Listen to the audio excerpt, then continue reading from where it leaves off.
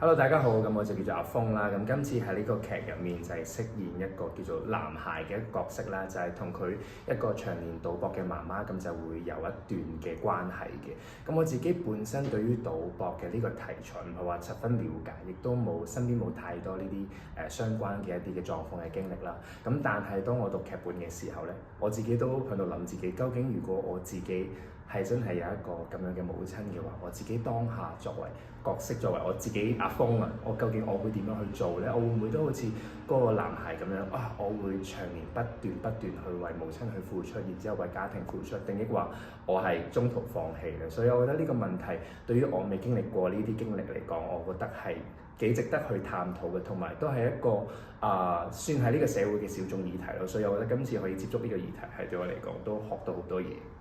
咁之前咧，你有參與過人嘅故事劇場啦，都聽過啦，接觸過一啲真實嘅賭者家屬啦。咁嗰次演出對你嚟講，有冇啲留低一啲深刻嘅印象？嗰次其實都好深刻嘅，因為真係第一次去親身接觸啦，去面對面接觸一啲賭者嘅家屬，然之後嗰晚聽完佢哋嘅分享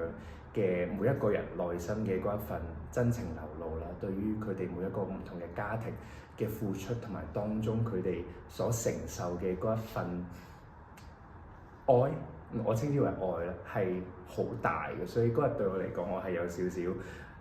要呼吸一口氣先至可以繼續去進行嗰個演出。